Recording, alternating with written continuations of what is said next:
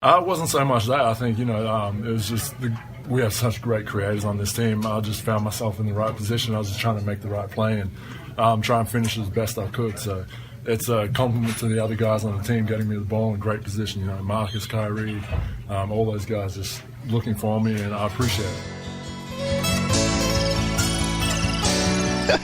It felt like there was nothing he could do to make Celtics fans not like him with his, gregarious personality and the saying the word blokes and all that, and then took one elbow. And unfortunately, he's going to have to re-endear himself. Hopefully Kyrie gets back out there pretty quickly, and everyone will forget that Aaron Baines threw that elbow right in his kisser. Because other than that, Mrs. Lincoln, how did you enjoy the play? Use that. But the Australian Celtics fans are something. So Aaron Baines is going to actually open and close. We are going to be sandwiched in between him and Mr. Forsberg. Hey, on episode number 236, the Celtics Beat, presented by Harry's. Harrys.com/Celtics for a free trial razor set from our sponsor. Yes, it is free at Harrys.com/Celtics. Just to cover shipping. Have to appease the audience. We cannot troll the audience as some terrestrial radio stations do here in the local market that many, very fortunately for themselves, are not aware of. But we sincerely do care so much about the audience because, after all, it is the audience with the support of our sponsors as to why we're able to do this show and cover the Celtics as to the degree in which we do. So, small thing. We're actually, before we get really rocking and rolling, we have a contest ticket giveaway. We do it once every single month. Next game is Wednesday, December 6th. Not the next Celtics game. That's today against Toronto at 3:30. But the next ticket giveaway, Wednesday, December 6th against the Dallas Mavericks. So to get into that contest, use the Harrys.com/Celtics promo code. Screenshot your receipt and then just email it to me, lhr@clnsmedia.com, lhr@clnsmedia.com. And then that's free entry into the tickets for Wednesday, December 6th. All right, Mr. Forsberg. Last week on this show, I said that there was no storyline to start for this season. Oh, I don't want to say, excuse me, there was no the storyline of the season. There was no primary storyline. The primary storyline was that there were so many storylines. Now, I think after one more week of games, I think we can rank them. Brad Stevens unequivocally being Coach of the Year is number one. The Celtics defense, Kyrie, Irving being in the MVP next, that's like 2A and 2B or whatever. Then you can go down the ladder a little bit, play the young players. Al Horford, when he was playing, we'll get into him. Yes, you know what? Actually, even Aaron Baines, playing exceptionally well against the Lakers. Really pandering to this Australian market. Because we talked about after the game. But Brad Stevens is the guy 13 games into the season. Shouldn't they have just, after Friday's win, shouldn't they have just, brought the Coach of the Year award onto the floor and let him just call off the race? What was astounding to me was I'm sitting there, and so after Kyrie goes out, and that's what $77 million worth of talent that he now doesn't have. I look at the bench, and I'm counting up the rookies, and I think there's 7 rookies, including Jabari Bird, who got emergency call up. You got Jason Tatum, who's presumably playing on one at least sore foot. The 3 guys that actually had NBA experience, Rozier, Jaylen Brown, and Marcus Smart, couldn't hit a shot. I think they shot 21% that night. And you got Shane Larkin, who wasn't even in the NBA last year. And somehow, despite being down double digits, as much as 18, I think, 15 around the late third, Brad's sitting there in the huddle before the fourth quarter saying, don't worry, guys, we're going to come back. This crowd's going to get wild. We're going to have a chance to win this game. And they do. And I don't know. It's just fascinating to me. And I know we love to pump up the coaches around here and say that, how much impact they have. And, sometimes you step back and say, well, ultimately it's the players that got to go out there. But, I mean, there's no doubt in my mind. Brad is just he's a magician right now. And I don't know how he sometimes picks the guys that he does. And sometimes I sit there and say, oh, man, he's leaning on that lineup a little too long. This year it's worked. And everything he's done has turned out the way he has wanted it to. And I don't know. At some point you just got to step back and say, man, he's doing some serious voodoo out there. Well, he's not missing $77 million worth of players on Friday night. According to our researcher, Greg Casoli, it was $76,333,930. So that's to the cent. So not quite $77 million. Other than that. it is remarkable. I mean, just the concrete things that he does actually on the floor. I thought, going to that 3-guard lineup that he's done a few times, that was the difference back on Friday night. I thought one of the things that he tends to stick with lineups maybe a little bit too long. Like he tries when guys lead the comeback, he wants to ride them. Let them get to the point where they give him the lead. And sometimes, I'm sitting there and listen, I'm no NBA coach, but I'm saying, man, maybe this is the time you roll Jalen back in, you move Marcus back in. Give him credit. He let those kids ride it last night. I mean, Yabusele couldn't have messed up more in the second quarter, and he fearlessly goes back to him in the fourth quarter. I don't know. It's just it shows a lot of trust Brad has in his players. Guys respond to that, and it just works. And the confidence he gives his guys, that belief is being reciprocated. Exactly. It's tough to really actually describe this in words outside of actually just saying that, but the players are going out of their way in these post-game media sessions to say that said belief is being reciprocated.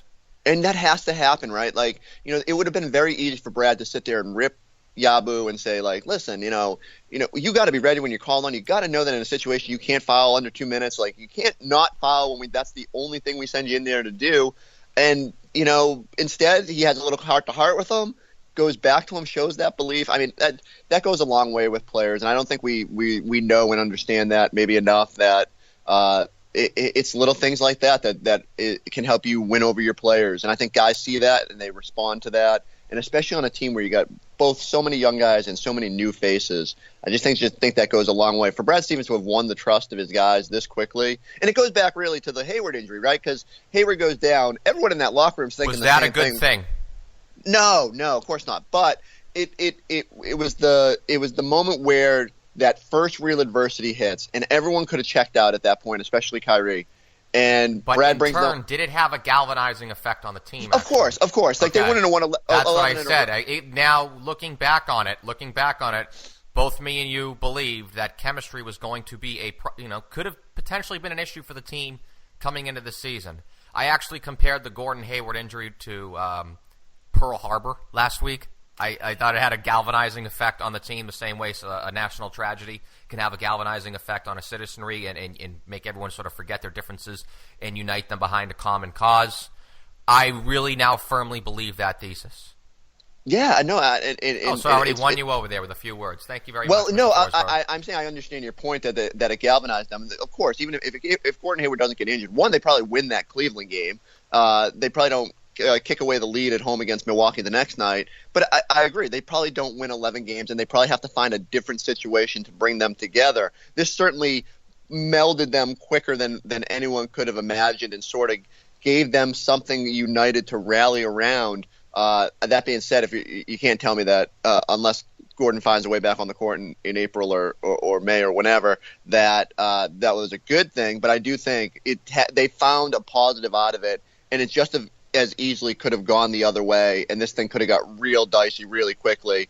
But, that Philly game, Brad throwing Jabari Bird in there, finding a way to win that was the first little bit of confidence they had, and all of a sudden it snowballed and snowballed and snowballed, and now they're sitting there staring at 18-point leads in Oklahoma and against Charlotte, and they're like, whatever, we'll find a way.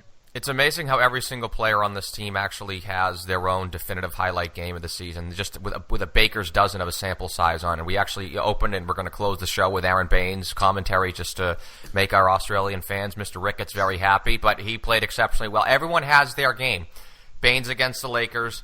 Al Horford had that, was it against the Bucks on TNT? He had a big game, like something like that. And that Oklahoma City game where he hit all the threes, him and Kyrie. Mm-hmm. Kyrie, obviously, the fourth quarter against Oklahoma City. He's in the MVP race, but that's sort of his highlight game. Jaylen Brown against the Kings was a career game. Jason Tatum, Friday night, really going at Cody Zeller. He had a career game against the Knicks. It's amazing how we're this. And what I like is that the kids have had, the kids have been obviously, and I call them the kids, but like Jalen and Jason have had some big performances early in the season.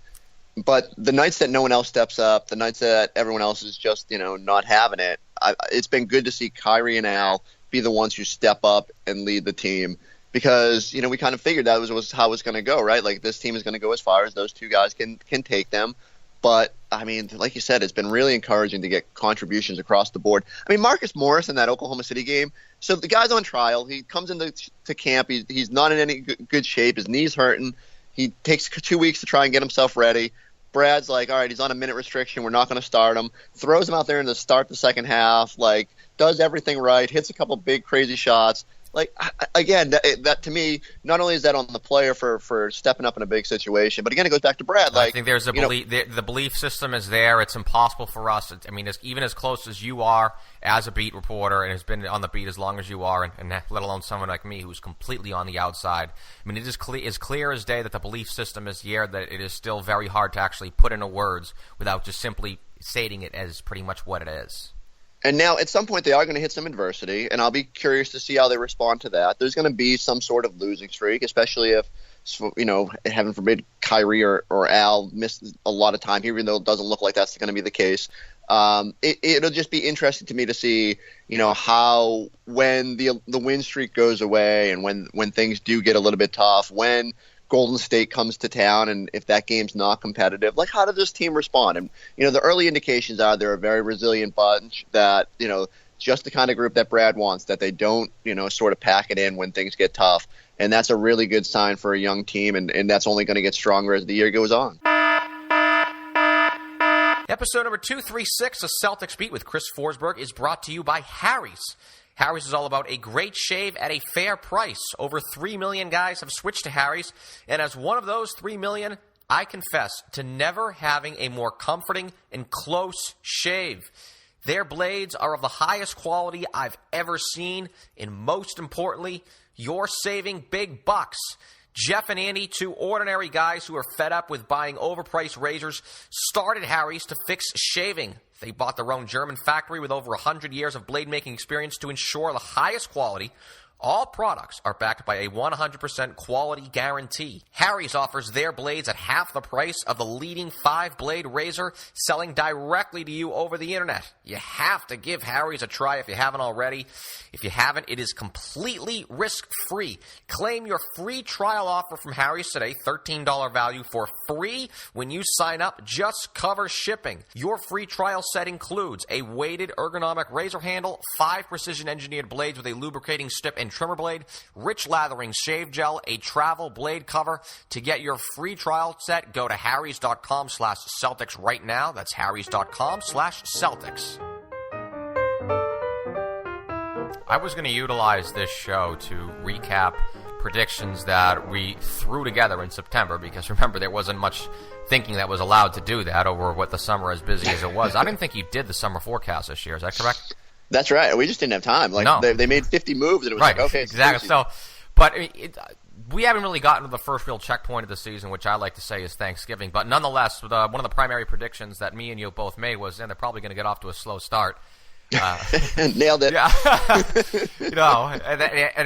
I actually, the other one that my big one was that I thought defensively it was not going to be a very good defensive team. You were a little more bullish on that one, and you wrote extensively about it over the week.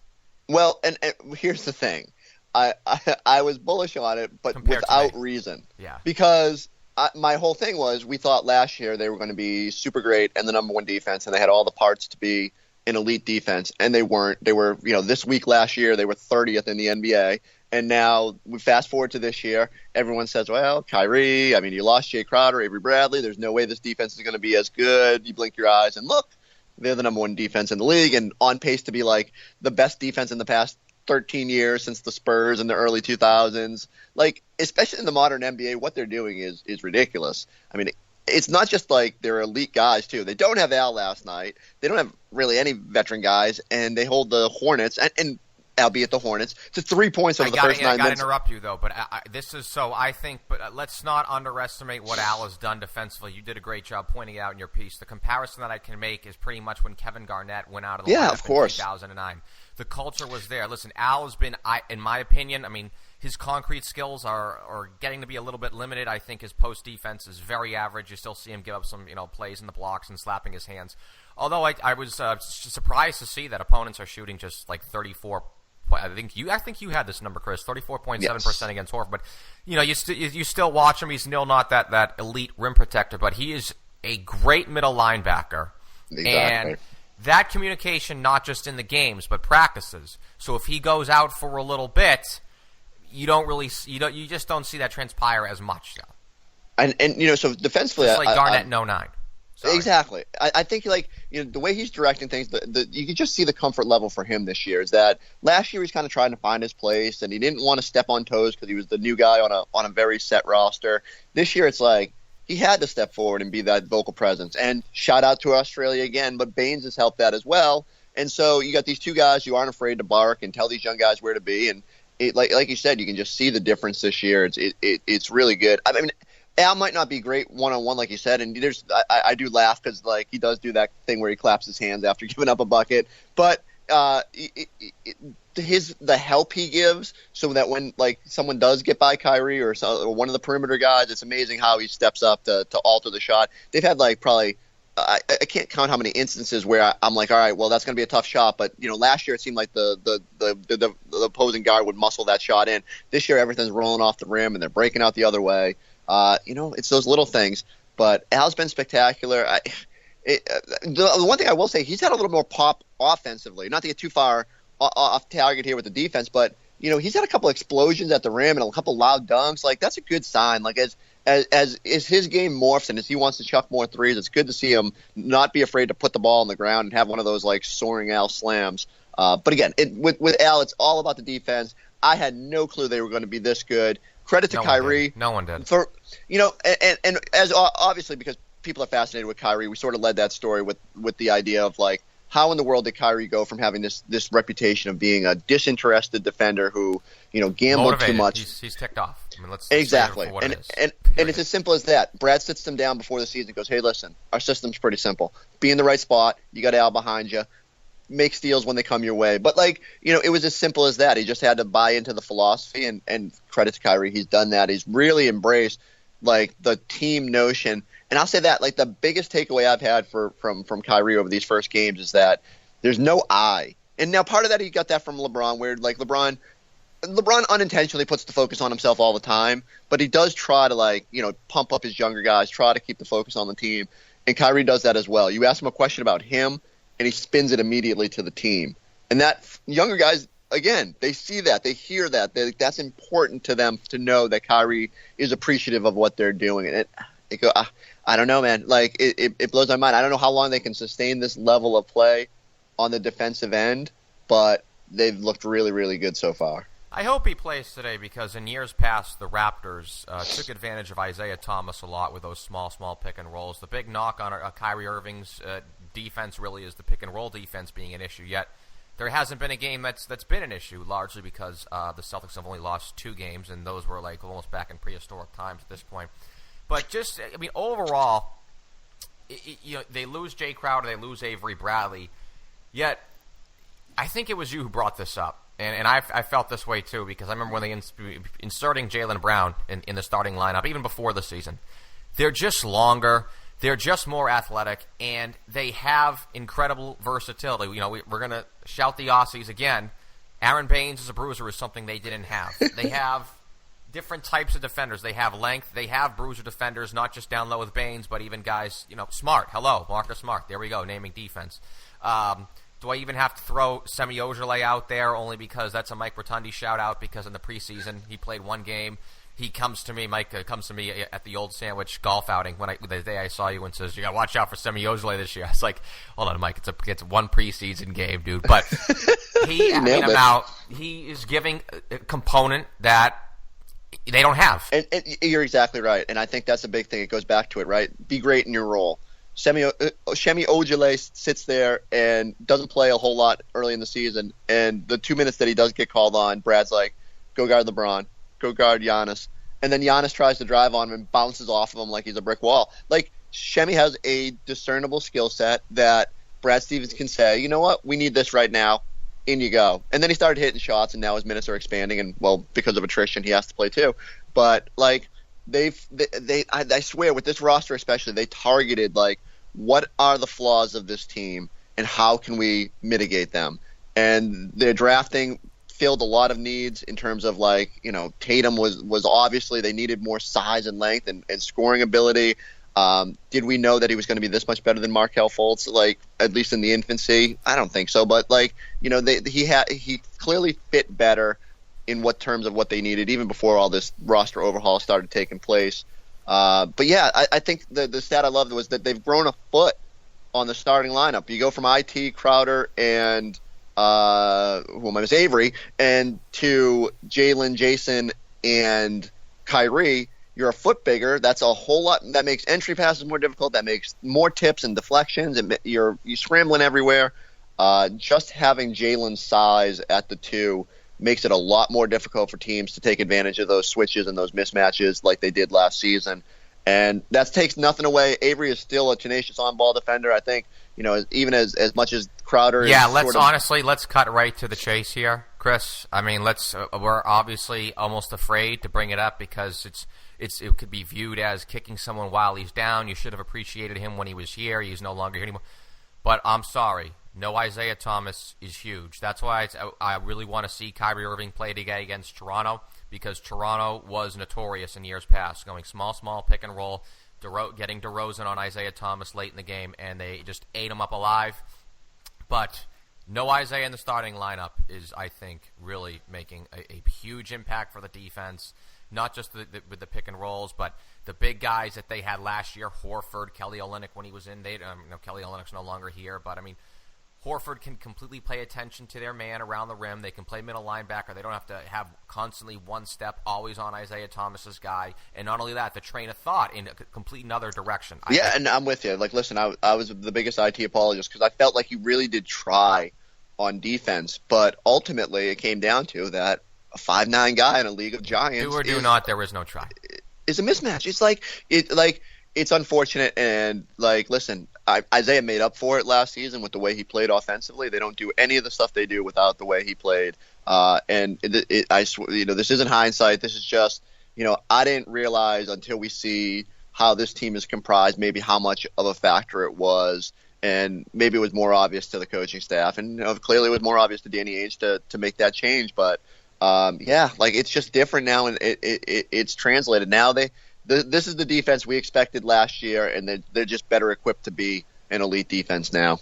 What's amazing, too, I'm going to shift gears from this awesome defense to the recently struggling offense, which is conveniently and not coincidentally began to struggle the second Al Horford stepped out of the starting lineup. I thought there was a Celtics roundtable that aired on the CLNS Media YouTube channel right after the Lakers game. Keith Smith and Evan Valenti, they really did a great job nailing this. As good as Al Horford, as important he has been for the team defense, Al Horford, I think, as Evan and Keith argued tremendously well, is probably even more so important to the offense. You saw it in the Lakers game. You actually saw it Friday night against Charlotte. They brought this up on a roundtable.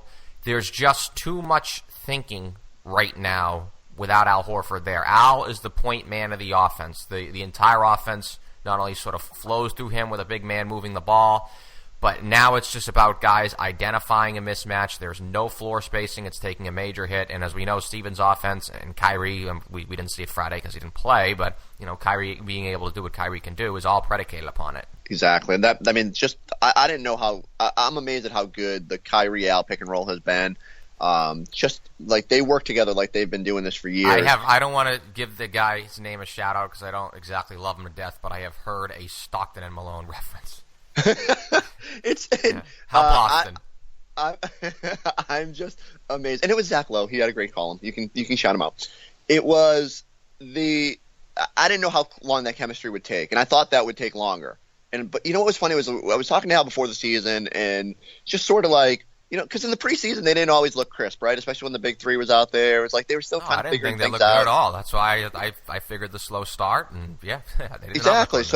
But you could just see, like, as soon as you brought up like Kyrie's name, he's like, he lit up because he knew that there was something there that they could play very well together. That especially, but even before Gordon went down, that the three of them could really play off each other and bring out each other's strengths. I do agree. Like the biggest issue that I see with this team moving forward is when Kyrie has those nights where the defense really takes him away, and when Al doesn't hit every three-pointer he puts up, where does the scoring come from? And that's why, as much as I don't think they'll rush to use this disabled player exception, I do wonder if some sort of scorer becomes available that can help you, if they'll have to sort of think about it, just because they need that one more consistent scorer who can create on their own, who can give you a burst when this team just doesn't have it. Because I don't know if they have that guy right now. Like Rozier can come in and Nate Robinson, 2010.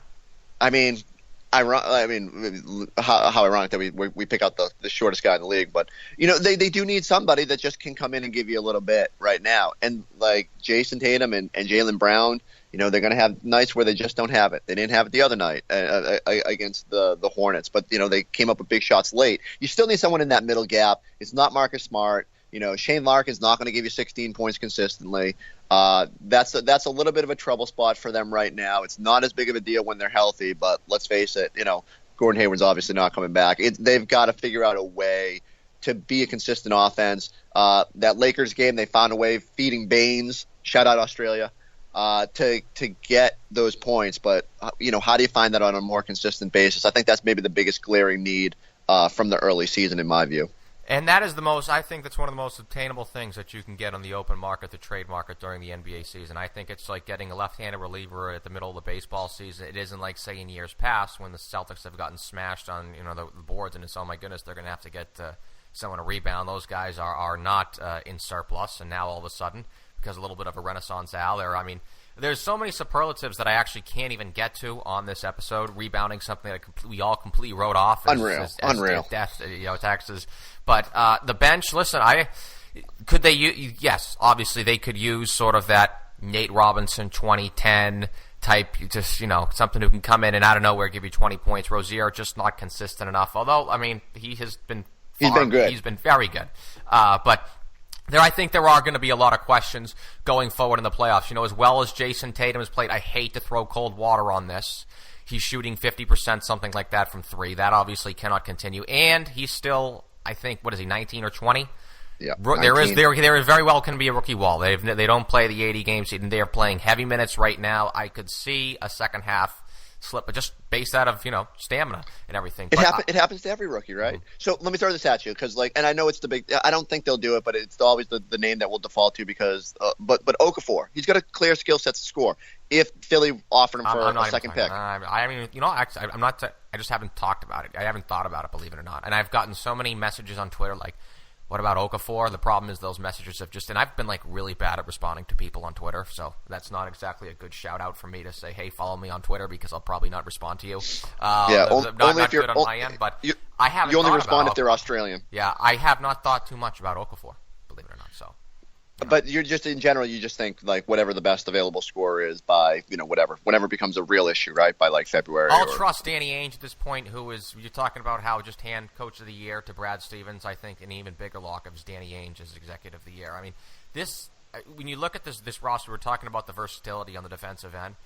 I look at this bench, which I thought was just a mismatch of just blah coming into the year. I was as bearish as Marcus Morris on anyone. Now, I think Marcus Morris could get hit by a bus tomorrow, and I'd still say Marcus Morris, he's contributed this year. He's given me so much more than I thought that he already has.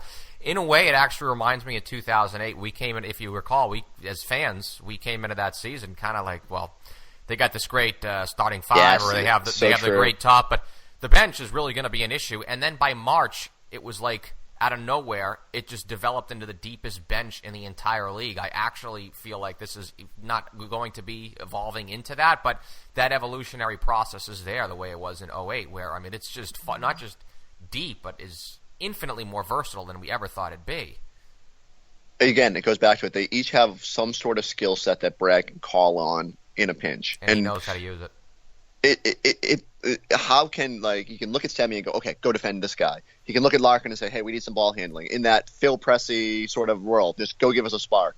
When Bragg has something he can latch onto with these guys, he's fearless to throw them out there. And again, it goes back to the confidence. He's not asking them to go out there and win them the game. He's just asking them to go in there and do what they do.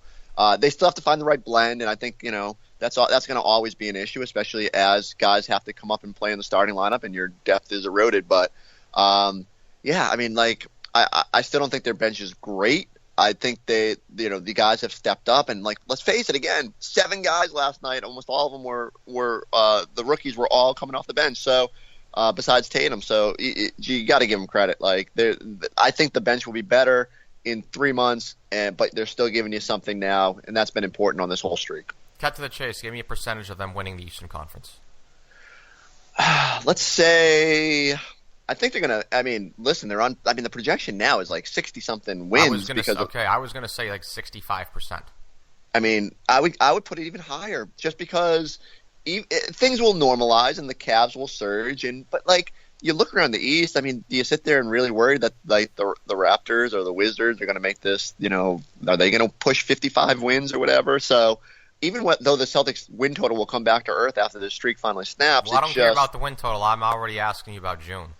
I'm with you. I'm curious to get a look at what Cleveland is capable of when they have Isaiah Thomas and when they're not like wanting to fight each other, and when GM LeBron makes the move and like ships Dwayne Wade out to get a real supporting cast.